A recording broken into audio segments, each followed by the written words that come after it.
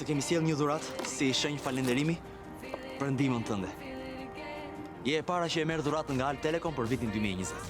Unë vdes të kem gjërat e para. Kisha dëgjuar për këtë ofertën që i ka të gjitha.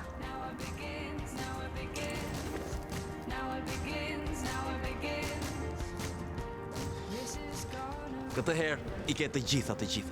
Sepse me Al Telekom 2020 do të jetë një vit plot me dhuratë. Merr Super Mix internet dhe përfito 100 minuta kombëtare e ndërkombëtare falas në fiks. 10 GB falas në celular për plot 2 vjet rresht. Si dhe modemin falas. Al Telekom, me ju të parët. Që përrini akoma? Ikni pra!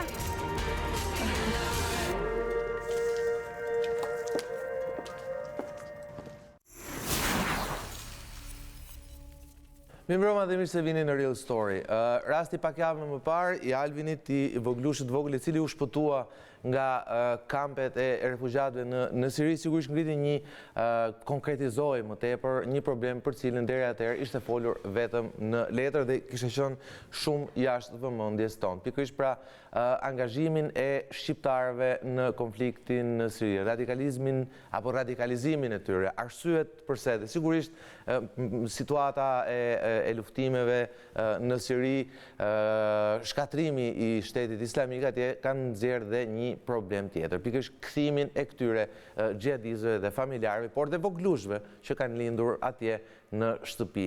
Shumë prej vendeve perëndimore, pavarësisht se shumë nga këta luftarë xhihadist janë me shtetësitë tyre, po duke shfrytzuar dy shtetësini kanë për zonë dhe disa prej tyre pra po kthehen në vendet e tyre të origjinës, pra po riadesohen. Dhe këtu është e problemi ynë. Pse? Sepse një numër i madh i atyre xhihadistëve që po riadesohen janë një numër i vogël i tyre, pra janë me origjinë apo me nënshtetësi shqiptare apo kosovare, maqedonse, por edhe ata me origjinë shqiptare. Dhe kjo e ka bërë çështjen të jetë një problem tashmë dhe për autoritetet shqiptare, pra edhe këtu në Shqipëri, por sigurisht edhe në Kosovë, ku regjistrohet numri më i madh të rekrutuarve dhe numri sigurisht më i madh i atyre që janë riadesuar. Për të folur për këtë temë e cila tashmë për fat keq është aktuale dhe për ne, unë kam ftuar një panel të zgjedhur komentatorësh. Filloj nga zoti Agron Sojati, koordinatori kombëtar për çështjet e radikalizmit dhe të ekstremizmit dëmshëm. Mirëmbrëma Agron, faleminderit që jemi ne sot. Mirëmbrëma. Kam kënaqësi të kem në program Ardian Shtunin, ekspert ndërkombëtar për marrëdhënie ndërkombëtare dhe të sigurisë. Mirëmbrëma zoti Shtuni, i bazuar në Shtetet e Bashkuara. Faleminderit që jeni sot me ne. Si dhe mikun ton të programit Arjan Dyrmishin, ekspert i sigurisë dhe i shërbimeve inteligjente. Faleminderit që jeni me ne me ne në këtë temë që është sigurisht një temë edhe e sigurisë kombëtare, padyshim. Zoti Sojati, me sa marr vesh, duket se ky shqetësim është konkret edhe për ta autoritetet shqiptare, apo ju vetë vini nga sapo vini këtyr nga një aktivitet mbulor për këtë çështje? Patjetër, çështja e grupit shqiptarëve që ndodhet në Siri është tashmë një çështje jo e re, jo thjesht rasti i Albinit, ka një plan ndërinstitucional që daton që para një viti, por ndryshon me situatën sot sepse në atë plan parashikonim kur individ apo grupe që ndodheshin atje mund vullnetarisht të vinin apo të gjendeshin në territorin shqiptar apo të paraqiteshin në një konsullat i shërbim diplomatik, kurse situatat e fundit kanë nxjerrë në pa faktin që çfarë qëndrimi duhet të mbajnë vendet në raport me sjelljen apo me marrjen e nismave dhe qeveria shqiptare ka një vendim politik tash për gratë dhe fëmijët që do investohet për t'i marrë duke marrë gjithë masat që i parashikon për reintegrimin dhe deradikalizimin e kësaj kategorie. Megjithatë, zoti Sojati, sepse unë kam një përshtypje që këtë nuk është një qëndrim politik apo interpretim politik, më tepër qëndrim analitik ndaj mënyrës se si shteti ynë reagon me vonesë ndaj problemeve të tilla. U duk se edhe rasti i Albinit, që erdhi një sinjalizim nga mediat e huaja, pra erdhi nga jashtë. Pra, ju thoni që autoritetet kanë një vit që e kanë marrë këtë iniciativë, po mu më duket se këto iniciative janë gjithmonë në letër dhe janë gjithmonë disa hapa pas realitetit. Kam përshtypje që nuk ka qenë vëmendja e dur nga autoritetet shqiptare, kemi konsideruar këtë thjesht si një problem që është larg nesh. po praktikisht pas ka qenë shumë afër.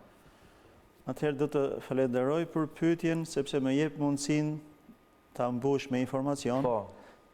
Se këtë duam të dimë. Parë që në fakt është ndryshe, jo që nuk ka masa, po ngeli në letër, por 90% e kësaj pune nuk bëhet vizibël, nuk është e dukshme për komunitetin, për publikun dhe për shumë institucione tjera. Për çfarë arsye? Sepse apo janë arsye sigurie? Nuk po flasim për një grup turistik që ka humbë avionin dhe ka ngel në një vend. Po flasim për organizata terroriste, po flasim për informacione që i bartin për rrezikshmërinë, qoftë atje, qoftë të gjithë strukturave ku ato bëjnë pjesë, dhe informacionin në asnjë rast nuk është absolut, gjithmonë ka hezitime, gjithmonë ka nevojë për shkëmbim informacioni, raport me partnerët, dhe kjo bën patjetër që ka dhe kushte dhe kondicione se kur merret dhe si përpunohet dhe ndahet një informacion. Kjo bën nganjëherë shumë të vështirë faktin që ta përçojmë informacionin lidhur me teknikalitetet, sepse përpos nevojës për të ndarë një pjesë informacioni, patjetër publiku dhe media do shkojë gjithmonë për më tepër, sepse kjo është natyra. Dhe institucionet që kryesisht merren me këtë problematik preferojnë më tepër që të kenë disa kuadrate, disa norma mbi, ose më mirë preferojnë të mos e bëjnë publike shumë masa. Kjo do të thotë që ju e dinit rastin e Alvinit apo të Alvinëve të tjerë? Rasti i Alvinit ka qenë i ditur që në momentin që është bërë lëvizja drejt Turqisë. Pra sistemi, strukturat e zbatimit të imponimit zbatimit ligjit kanë qenë në dieni të rastit. Jo vetëm për Alvinin, por ka dhe shumë raste të tjera për para dhe pas. Mirë po është ajo që folëm që gjithë masat që merren nga institucionet, krijimit e mekanizmeve përpos faktit kur ngrihet një strukturë e re apo bëhet një legjislacion, këto nuk janë të mbyllura konfidenciale apo sekrete dhe këto ndahen, siç u bë fakti që në 2014 krijohet drejtoria antiterrorit në Policinë e Shtetit. Raporti që ka me partnerët dhe shërbimin e inteligjencës kjo drejtori dhe mënyrën se si funksionon, marrjen e informacionit e tjera me radhë, të gjitha këto janë bërë publike, qoftë nga numri, qoftë nga misioni. Por element tjerë pastaj se si dhe jo se nuk ka vend për të ndajë informacion, patjetër që po, por po flasim që këto janë institucione që në historikun e vet përgjithsisht lozin mbyllur. Jo se nuk mund të ndahet informacion. Për shembull, gjithë elementet e strategjisë kundër ekstremizmit dhunshëm që miratohet nga qeveria në 2015 në nëntor, patjetër janë përcjellë në publik, por mbase është dashur në intensitet më tepër, sepse e gjithë kjo ishte një shift, një ndrim në filozofi nga kalimi i hard security, pra i institucioneve që merren kryesisht me pjesën e sigurisë që janë policia e shtetit, inteligjenca, prokuria, te pjesa soft, pra te institucionet e tjera si që janë arsimi, shërbimi social, shërbimi shëndetësor, drejtësia, ndihma juridike dhe gjithë të komponente tjerë, të cilët tashmë janë fakt. Jo thjesht të shkruan letër, por janë informacione që ne mund ta ushqejmë publikun nëpërmjet jush dhe me këto grup interesi që ka, mbi gjithë gamën e aktivitete dhe mekanizmat të ngritura tashme. Dhe këtë patjetër është me vënë që ne duhet të gjejmë rrugë ta përcjellim sa më tepër. Por unë absolutisht i rri mbi fakte pozicioni që ka pafund element, ka pafund masa, ka jo thjesht takime, por edhe debate mbi zgjidhjet. Kemi parasysh që është një çështje komplekse, që e kemi diskutuar disa herë dhe unë nuk du të fshihem mbas kompleksitetit në raport me territorin, mundësinë për informacion, faktin e autoriteteve që kontrollojnë kampin apo këto zona, dhe hezitimin e atyre që janë kthyer apo dhe familjarëve derisa erdhëm të kjo pikë që sot pothuajse është bërë si Sirisë, si çështje dite ku nuk ka më atë hezitim që kishin as familjarët, as të kthyerit, dhe është më kollaj të punohet në këtë territor, në këtë terren. Dyrmishi, në rastin e Alvinit, ishte reagimi dur nga ana autoriteteve? Se ne personi publik është gjithmonë që shpejtësia duhet ishte më e madhe. Unë kam ndjekur debatin dhe them drejtën nuk është se më ka pëlqyer mënyra se si është parashtruar, sepse faktikisht nuk ka një taksonomi për këto lloj gjërash, nuk mund të thosh që kjo është mënyra dur, por nuk ka një procedurë standarde. Edhe po të kesh parasysh disa elemente që kanë të bëjnë kontekstin në të cilën zhvillohet ngjarja, faktin që ka apo s'ka akses institucional atje, etj. Unë për shembull kam përdorur një, si thua, test në biseda me njerëz, për të thënë që imagjinojmë për shembull sikur të çonim neve dikë aty, qoftë edhe ambasadori që ta zgjidhte këtë punë se ra presionin mbi atë. Dhe ai u duk sikur pagoi dhe i kosto. Jo, ai s'pagovi në i kosto. Kosto do ishte për shembull nëse do kishim një skenar të tillë ku për ja 2 javë ta shikonim ambasadorin tonë në gjunjë me një uniformë portokalli. Për shembull, atëherë kush preferohet, kjo apo jo? Pra, dua të them që kërkesa që është parashtruar nga publiku për të reaguar në thashë, presioni është shumë i lartë në mënyrën e dur, nuk ka pasur parasysh elemente të caktuar të cilët duhen ditur përpara se të ngrihet steka e kërkesës.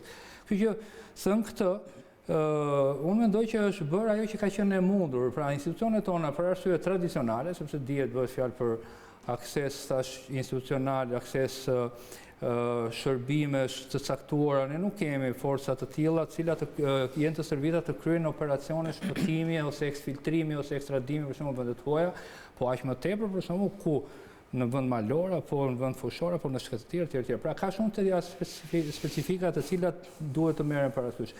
Atëherë ajo që ndodh është që në raste të tilla do ta huazosh, do ta kërkosh të shërbim. Dhe mund ta gjesh, mund mos ta gjesh. Në rastin konkret, për shembull, u gjendën pati një sensibilitet rrite nga partnerët italianë. Domethënë në rastin konkret, është që a mund të jetë aplikueshme kjo në një rast tjetër, mund mos jetë aplikueshme. Domethënë sepse nuk mundet që të kërkosh për të gjithë, sepse të gjitha këto lloje operacionesh kanë një kosto të caktuar, një faturë.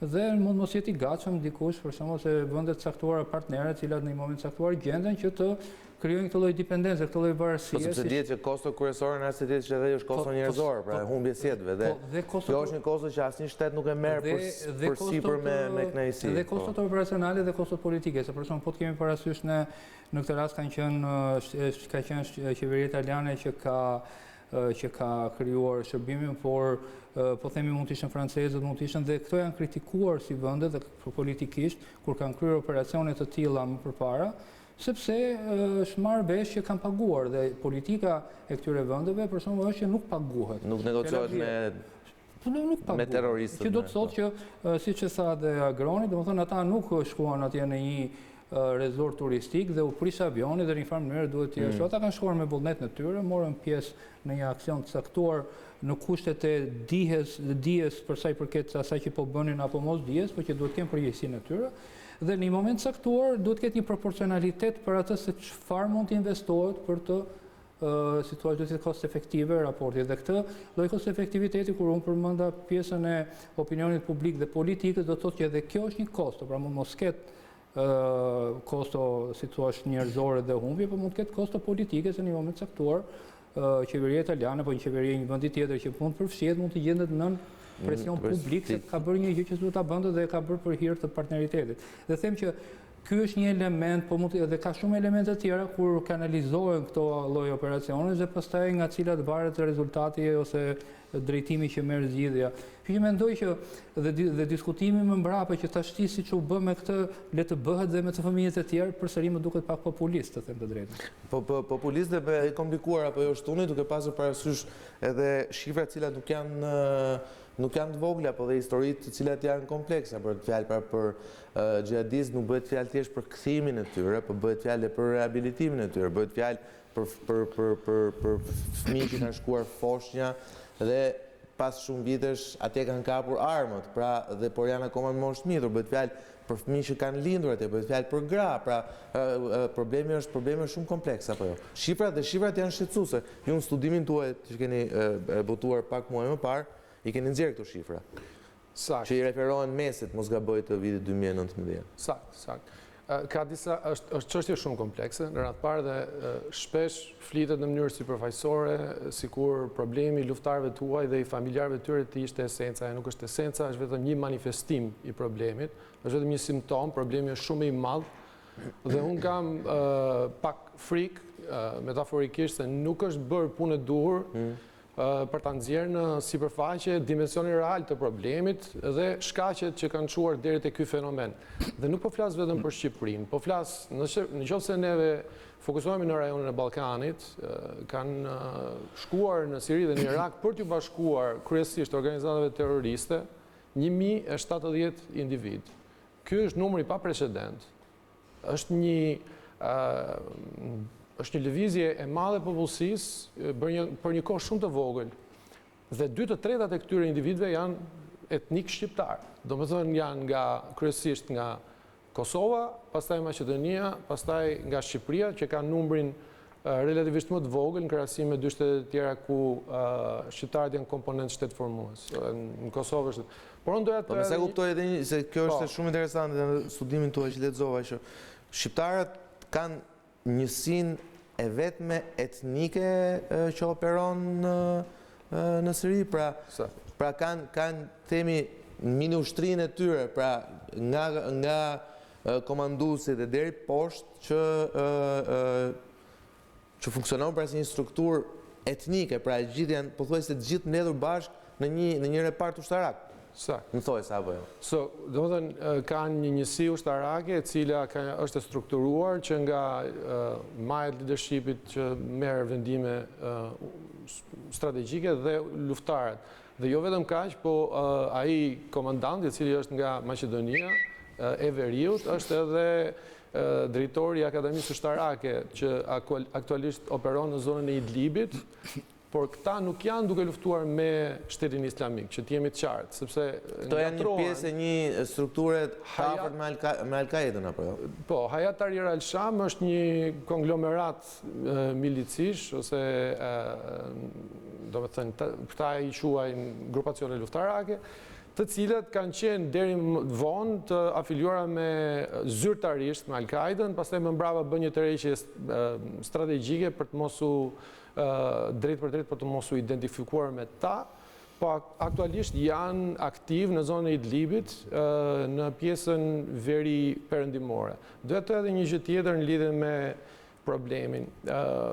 Shqipëria deri tani është i vetmi vend nga 4 vendet kryesore që kanë origjinuar luftarët e huaj, që janë Kosova, Bosnia, Maqedonia dhe pastaj Shqipëria, që nuk kanë bërë riadesim. Të ejnëten, do të thënë natën midis të ejnëtes dhe të premtes, Bosnia bëri riadesimin e 25 në shtetasve të saj, prej cilëve 12 ishin fëmijë, 7 luftëtar dhe 6 gra. Një vit më përpara Maqedonia ka bërë riadesimin e 7 luftarëve. Kosova para disa muajve ka bërë riadesimin e 110. Që është shifër shumë e lartë të riadesimesh apo? Po, ai është komponent tjetër që do të flasim edhe ta çpaketojmë kompleksitetin e këtij problemi. Po ne po flasim vetëm për të dhëna. Pastaj do të flasim a është e zgjuar që ti tërheqësh që të gjithë në të njëjtën kohë, a duhet ta bësh gradualisht apo jo. Por doja të dilja tek të dhënat. Nuk është e vërtetë që nuk ka mundësi që të tërhiqen, sepse faktet janë të tilla që tregojnë të kundërtën. Domethënë nuk është interpretimi, këto janë fakte, që të gjithë këta vendet e tjera rreth Shqipërisë kanë arritur të tërheqin, sepse i është dhënë ndihmes nga ushtria amerikane për të bërë tërheqjen e tyre. Dhe Shqipërisë është dhënë njëta mundësi. Por ka vendime politike të cilat nuk po i diskutojmë me janë të duhura, të gabuara, të shpejtuara, të vonuara, ajo është pastaj komponent tjetër. Ne po flasim vetëm për të dhënat. A është e mundur të tërhiqen? Po, është e vështirë, po është e mundur sepse të gjithë i kanë tërhequr. Jo të gjithë, por kanë tërhequr disa për këtyre luftarëve dhe familjarëve të tyre që janë atje.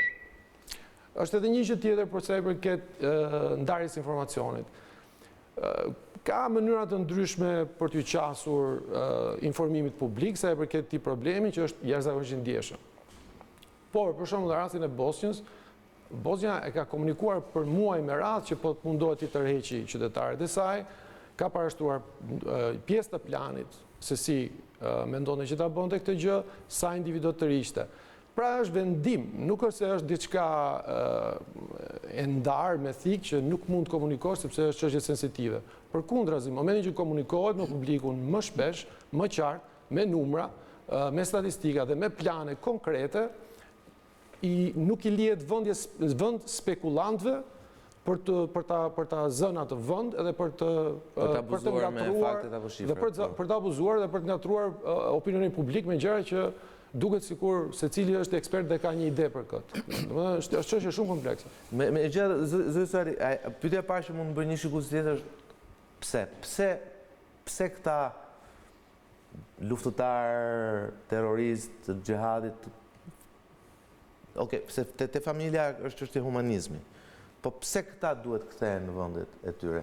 Pse këta për shembull nuk u trajtuan si u trajtuan luftarët e Al-Qaedas pas 11 shtatorit, që u morën në vende caktuara nga amerikanë. Pse ky problem themi nga fuqitë e mëdha si Shtetet e Bashkuara po mundohet të ndahet me të gjitha vendet? Kam parasysh që ka të bëjë me dinamikat e të gjithë historisë që nga fillimi dhe sot që kalifati ekziston. Në raport me atë që autoriteti vendor, procesi juridik i mbajtjes, izolimit apo i gjykimit e këtyre personave, ka komplikacione në raport me drejtat e njeriut dhe ligjet e çdo vendi. Sot, nëse në rastin e Afganistanit apo Irakut, forcat e koalicionit vepronin brenda një entiteti në bazë një vendimi për të qenë prezent, për të vendosur situatën, për të ndërtuar demokracinë, për të investuar në paqërujtje dhe kapacitete vendore që të ketë siguri më tepër. Në këtë rast, vetë targeti ishte kundër një shteti të është quajtur kalifat, që s'ekziston më dhe nuk ka kufi të përcaktuar njëkohësisht raporti juridik i këtyre personave të trajtuar nga kushdo autoritet që sot i mban, e vështirëson dhe prandaj edhe amerikanët, forcat e koalicionit kërkojnë që krijohet një barrë e madhe, bëhet e pamundur mbajtja për një kohë shumë të gjatë e kësaj kategorie, e këtij grupi, prandaj kërkohet që vetë vendet të tërheqin dhe t'i trajtojnë juridikisht të persona, si persona që janë terroristë, janë bashku me organizata terroriste, apo kanë prekje me terrorin në forma nga më të ndryshme që ka ndihma, rekrutimi, financimi, e çdo lloj forme, sepse me ndryshimet ligjore që ne kemi bërë mbas rezolutës 178 në 2014, ne kriminalizuam të gjitha fenomene. Pra, i ndalohet një shtetas i shqiptar të marrë pjesë në informacion nëse nuk përfaqëson shtetin. Por njëkohësisht ka kompleksin e provës, se sa gjatë gjykimit të persona duhet të gjeten fajtor, dhe prandaj edhe koalicioni kërkon që hajde dhe merrni dhe tregoni kujdes duke parcializuar një problem që sot është shumë i madh në numër. Njëkohësisht, siç kemi një thirrje nga aleati strategjik, kemi rezistencë nga shumë vende brenda koalicionit që sepse e kuptojnë fare mirë kompleksitetin dhe vështirësinë, se në fund fare ballafaqohesh me publikun, me gjithë ndjesitë mbi të drejtat e njerëzit dhe ka qenë jo e kollajt dhe për ato raste që ne i kemi ngrit akuzën dhe apo sot vujnë dënimin, të provohet raporti dhe thyrja e ligjit që ato i bëjnë në këtë vepër kriminale. Me personat që kthehen, patjetër që do jetë pak a shumë e njëjta histori kur flitet për çdo person që vetë ligji e kap në moshë 16+ për t'u trajtuar si i rritur, kurse në rastin e këtyre, po themin e burrave tashme që dihet që janë në izolim, procedura patjetër presuppozohet të jetë më e thjeshtë, pa absolutisht komplekse, sepse problemi është që ato e kanë konsumuar veprën penale të atashimit të tyre fizikisht në këto struktura, por pastaj për të ndarë ngarkesën penale që ato duhet të kenë në raport me ato që kanë bërë e tjera me radhë, është një proces i dozjas.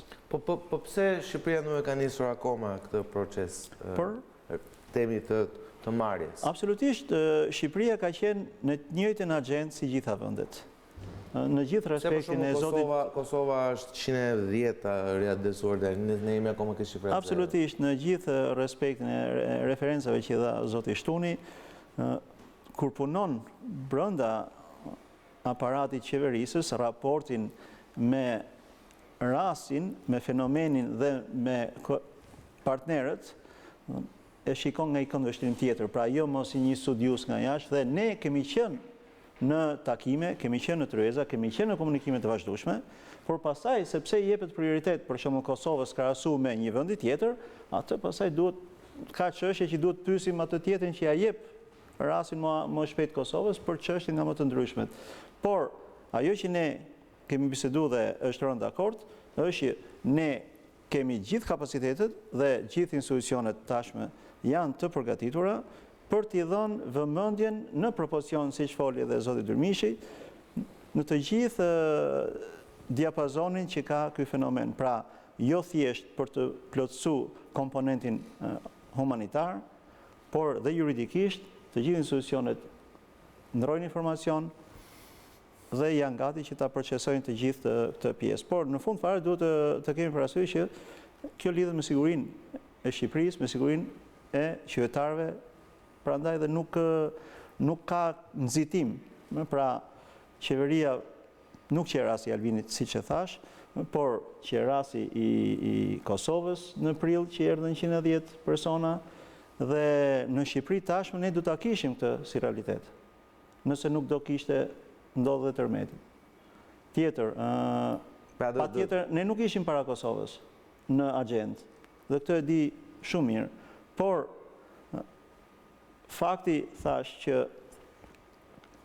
ne patëm këtë fatkeqësi natyrore, unë mendoj që të shtyhet për t'i dhënë mundësi institucioneve të përqendrohen në fatkeqësi, por njëkohësisht të gjithë e dimë raportin e forcat amerikane për të tërheqë kontrollin e kurdëve, ndërhyrjen e turqëve dhe gjithë to pasaj krijuan konsumuan shumë kohë, jo pak, në raport me kur dhe si mund të sjellin dhe mund të vinë. Dhe ky ka qenë kulmi në fakt kur u diskutua debati me Albinin, sepse i jepeshin informacione nga terreni që u prish kampi, nuk janë më kurdët, nuk kontrollohet, kurse sot ka një raport më të qetë, më nën kontroll dhe më të qartë.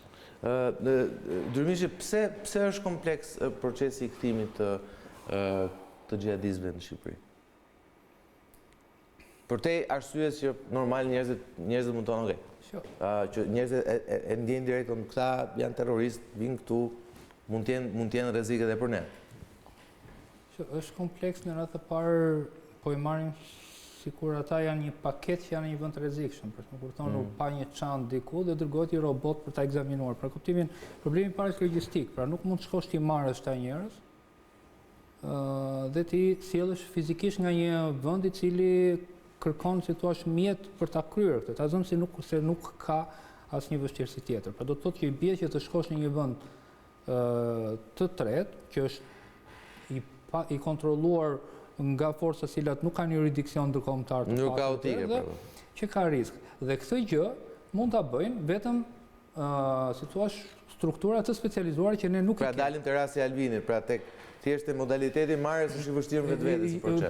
E mora zonë të përshkallëzuar duke filluar sikur fizikisht të marrësh disa sende jo njerëz, për të vesh të marrësh diçka në një paket në një vend të rrezikshëm dhe të dërgosh dikë që ka DNA, know-how për atë punë, si përmendi Agroni, bëhet fjalë për kush i ka këto kapacitete dhe negociohet me ata partnerët ata të ndihmojnë. Këto janë njerëz që janë të mbajtur në kushte të lirisë të skufizuar apo? Po janë në disa formate, ka që janë, si thua, të vetë organizuar, si që përmendi Ardiani, këto fraksione të cilat nuk janë drejt për së drejti të atashuara me ish formacionet e ISIS-it, sepse ato janë për kampe tashme, të cilat administrohen nga jurisdiksionet të ndryshme, turqit, sirianët, një pjesë që ka qenë në kontrolle mikse, sepse aty ka dhe element para ushtarak, element strukturash si që quhet në struktura private ushtarake, pra kontraktor, të cilët operojnë në nivele ndryshme, dhe është e vështirë që ti të imagjinosh kthimin nga pikpamja jonë, që i detyrimisht do ta bësh nëpërmjet një proxy, nëpërmjet partnerëve. Që partnerët kanë agjendat e tyre, dhe si tha Agroni, në moment caktuar thotë që këta tuajt janë më pak të rrezikshëm për shkak se sa. Tjetra është që le të marrim grupin. Grupi vet është i përbërë nga, si thua, gjenealogjinë e vet në pikpamja e moshave dhe gjinive dhe përfshirjes. Aty ka për shembull dhe pleq dhe gra dhe fëmijë. Kjo pjesë për shembull është që ka të bëjë me aspektin humanitar, që po të kishte aspekte logjistike, këta mund t'i merrem më një herë. Logjistikisht ne nuk i kemi dhe do presim radhën. Pjesa tjetër është e atyre personave të cilët vërtet përbëjnë rrezikshmëri. Tash kush e përcakton shkallën e rrezikshmërisë, përsëri këtu do shkosh tek aktorë të tretë që janë aleat, të cilët do të marrësh katalogun dhe të thuash kush është ky. Dhe çështja është që janë persona të cilët në atë akademinë, në atë Maqedonisë atje i kanë mësuar të jetë sniper apo të jetë përgatitës eksplozivësh. Se fjala deri radikalizim është diçka horizontale që mund të aplikohet për këta që kanë qenë viktima, po këta që kanë qenë aktor aktiv, këta varet edhe nga rolja, po ka qenë logjistikisht, që ka çu I luftarëve ke llogoria, për shembull. Tash këto analiza, si të përmenda Agron, nuk I ke sepse s'ke informacion. Detyrimisht do ta bësh dhe të mbledhësh informacione për të tilla gjëra, domethënë është proces I vështirë. Dhe që të marrësh vendimin për të sjellë secilin nga këto komponent, sigurisht edhe logjistikisht, edhe politikisht kërkon vendime të tilla. Dhe debati në Evropë, për shembull në vende si Franca, Belgjika, Hollanda etj. Është edhe pak më afatgjatë, që do të thotë nëse ne duhet kemi një komponent, si thua një harmonizim komponentesh parandaluese, po edhe goditëse, nga pikpamja parandalimit, çfarë mesazhi u japim atyre që janë potencial, qofse neve këta shkuan atje ndonjëherë ca kohë luftuan dhe I themi hajdeni prapë tash mes nesh. Se s'u ndodh gjë, ju fusin në proces rehabilitimi ose bëni sikur rehabilitoheni një 2 vjet e pastaj po dhe rehabilitimi, për shembull, një nga këta se nuk jam shumë që të memorizoj emrat, po një nga këta të Bataclanit në Francë, për shembull, në 2005 ishte personazhi I një, si thua, programi rehabilitimi I një dokumentari në 2005 në Suedi. Dhe në 2015 për shembull nuk ka. Dhe ka qenë edhe në Britaninë e Madhe ka qenë një problem shumë serioz. Nuk nga pikpamja empirike, pra nuk ka një, si thua, evidencë të qartë që programet e deradikalizimit, si thua, funksionojnë në afatgjatë të rësisht. Pra do të thotë që të gjitha këto janë rrisje të kalkuluara, të cilat duhet të merren dhe vendimarrja bëhet mbi bazën e tyre. Kështu që dua të them që vendosja në presion e institucioneve përse ato nuk, si thua, deliver, pra nuk japin rezultate konkrete. Nuk operojnë menjëherë për t'i marrë këta njerëz, thash, po të ishin disa që I la avioni, për shembull, bëj mend një charter që kishte nuk u shkoi ti merrte disa turistë në Egjipt para disa vjetësh, okay, aty duhet bësh diçka sepse kurse këta janë persona të cilët si thua në një vedi të caktuar kanë ndërmarrë një veprim caktuar dhe duhet që nga pikpamja parandaluese dhe komuniteti të ketë një lloj proporcionaliteti që njerëzit duhet janë përgjegjshëm në vendimet që marrin. Po ashtu. Po, do të thënë ka disa se ju shoh që jeni pak më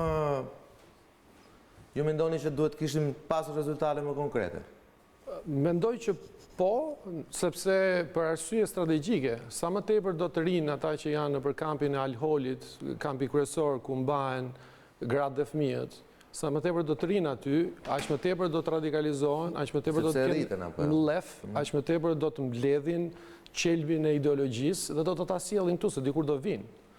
Dhe sa I përket atyre ushtarëve të cilët mbahen nëpër burgjet e kurdëve, mbahen në gjendje të tillë që është shnjërzore, edhe ajo. Tani ata kanë bërë çka kanë bërë dhe unë nuk jam avokati I parë që do dalë të them hajde merreni. Është shumë komplekse. Por ka 2 komponentë pse s'po vinë, dhe po më duket sikur po flasin vetëm për komponentin taktik. Ka një komponent I cili është politik, që do të thotë është një zgjedhje politike, vjen direktiva që nuk do të merren, le ta vonojmë kthimin e tyre dhe unë nuk e debatoj nëse kjo është e duhur ose e gabuar, është tjetër gjë. Por është vendimi politik, pse e them këtë? Po të shikojmë vendet e tjera të Europës, dhe Shqipëria është më tepër e harmonizuar në qasjen e saj me vendet e tjera të Bashkimit Evropian, që është një deri diku është një vendim, pavarësisht vështirësive teknike për t'i tërhequr. Sepse Franca I ka mundësit, Belgjika I ka mundësit, Gjermania I ka mundësit që t'i tërheqin, por kanë marrë vendim dhe vendimi tyre është I harmonizuar që të tërheqin vetëm fëmijët jetim. Nuk po flasim për teori, po flasim për praktikë dhe kjo nuk ka të bëjë me akademin, kjo ka të bëjë me faktet. Në gjitha simpoziumet që mund shkojnë, qoftë akademike, qoftë edhe në punëtorit, apo në mbledhjet, apo në briefings, ku mblidhet koalicioni, këto janë informacione të ndara, zyrtarisht.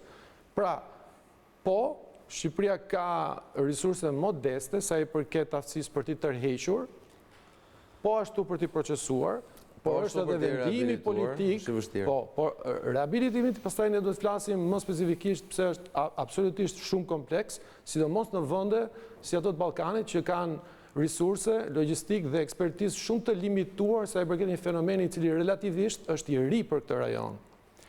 Por prap po them që duhet kemi parasysh komponentin politik, që është një vendim I cili merret politikisht që të mos të rriqen për arsye të sigurisë kombëtare, që nuk është e debatueshme që këta persona sjellin me vete rrezikshmëri të cilat janë deri diku të papërllogaritshme. Dhe një komponent tjetër, sepse nuk është vetëm çështja e luftarëve të huaj, që ta kuptojmë rrezikshmërinë e këtyre individëve objektivisht. Fëmijët janë viktima, nuk diskutohet, po çfarë është fëmia? Neve, në bazë të definicioneve të OKB-s, të UNICEF-it dhe gjithave, flasim për fëmijë ata që janë nën 18 vjeç. Ama brenda kalifatit fizik, ata nuk aderonin në parametrat e OKB-s. Fëmijët janë stërvitur dhe kanë marrë përgatitje ideologjike që nga mosha 8 vjeç e sipër. Prandaj Belgjika dhe Hollanda lëvizjesh paramilitare është fenomeni i njohur jo tani, po edhe shumë dekada më parë, që në Afrikë etj. Kemi parë që fëmijët kanë qenë janë përdorur dhe janë servitur si ushtarë dhe kanë kryer krime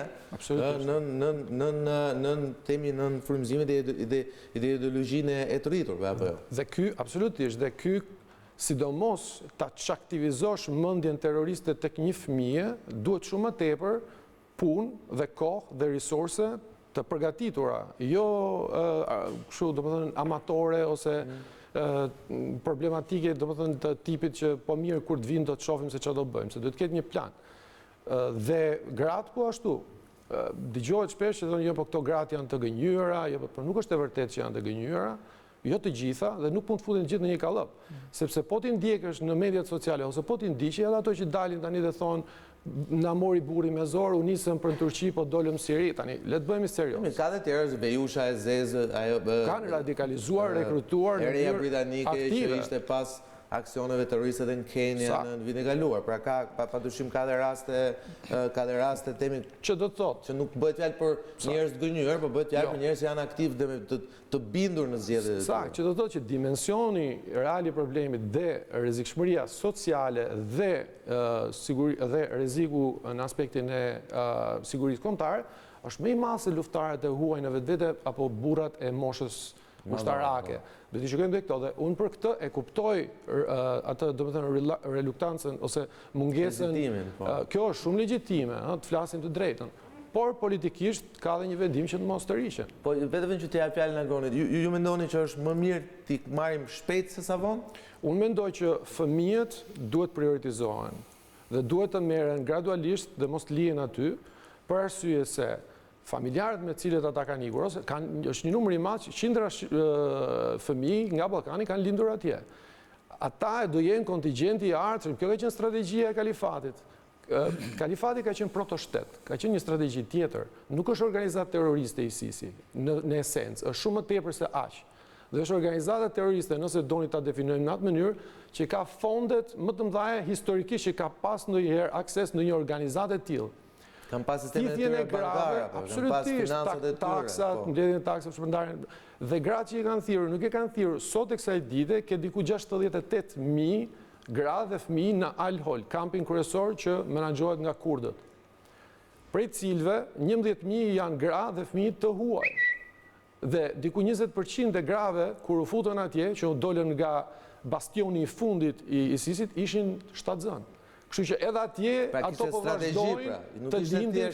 Jo. Ishte strategji dhe temi lindja e fëmijëve atje. Lindja e fëmijëve atje ishte strategji për të krijuar valën e dytë të tretë të xhihadistëve të ardhshëm. Kështu që duhet kemi kujdes kur flasim për këtë gjëra dhe nuk është çështja që a janë viktima, nuk debatohet që janë viktima, por nuk janë viktima të pa probleme dhe nuk janë viktima që nuk sjellin rrezikshmëri qoftë sociale nga trauma apo të sigurisë kombëtare. Sa më shpejt aq më mirë. Nuk është çështje opinioni, kjo është matematike, është çështje kostosh. Po.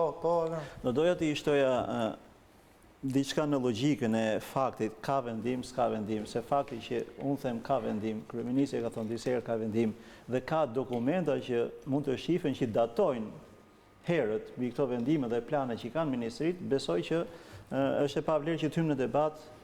Arsyeja ka apo jo hezitim, besoj që e te i kalu me thamë, por të kemi edhe parasysh diçka. Kur flasim për disa nga vendet perëndimore që hezitojnë apo kanë thonë qartësi që jo, ato kanë edhe një opcion, një pjesë për tyre, për një kategori të paktën, sepse shumë individ rrezikojnë apo shtyhen të shkojnë drejt vendeve të origjinës. Ne nuk e kemi këtë rast.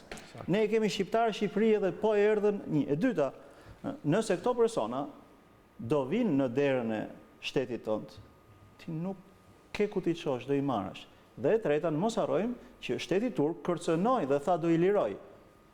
Këto vende, pra jo për ne. Pra, fakti që këto individ ti kesh prezent në territor një ditë në një formë ose një tjetër, ka probabilitetin që ne, na dha në logjik, më mirë të bëjmë këtë hap dhe po ju them edhe një sqarim që qeveria shqiptare në negociatet e para tërmetit, se po e bëjmë sikur para post, ka pasur një element shtesi nuk e kishin vendet e tjera, që afroi gjithë faturën financiare ta mbulonte vetë për këtë operacion të fëmijët dhe gratë. Nuk është në asnjë rast tjetër, prandaj po them që vendimi politik është i qartë, jemi fare në dieni se çfarë po bëjmë, si po e bëjmë dhe mbi rrezikshmërinë, patjetër që po punohet që të përfshijmë komunitetet, jemi ndryshe nga për shembull ka komuna në Kosovë që kanë afruar rezistencë në strukturët e sigurisë, që nuk i duam këto personat, i kemi komshit, i kemi komunitet. Nuk është ky rasti në Shqipëri. Sot që po flasim, ka përfunduar kontakti me të gjithë familjarët pa përjashtim. Po bëhet një identifikim ku do jenë shkollat, ku do jenë shtëpitë, ato që s'kan sërrim, ato që janë jetim, kush është ligji që i kap, Instituti i Mbrojtjes së Fëmijëve e tjera me radhë. Sot që po flasim, gjithë këtyre përgjigjeve janë dhënë, gjithë këtyre pyetjeve janë dhënë përgjigje. Çdo gjë është kaq në detaj sa nuk kemi ndonjë absolutisht dilemë se si do sillemi. Patjetër, ky është një operacion që ndodh për herë të parë dhe çështjet, qoftë në ardhje, qoftë në 72 orëshin, mund të lindin babull në çdo lloj forme, por besoj që mënyra se si institucionet janë afruar dhe i drejtohen zgjidhjes së këtij problemi, të paktën deri në periudhën që këto do marrin rrugën mbas 72 orësh është shumë e qartë, shumë e detajuar. Ajo që ngel problem patjetër është integrimi i tyre afatgjat apo deradikalizimi, që një pjesë e studimeve akademike për një kategori thonë që mbas edhe s'ndodh kurrë. Publicitet deri kthehemi flasim pikërisht për këtë pjesë të dytë dhe të vështirë të procesit, atë të deradikalizimit. A ka Shqipëria temi aftësitë, potencialet, mundësitë për ta bërë këtë? Rikthehemi pas pak.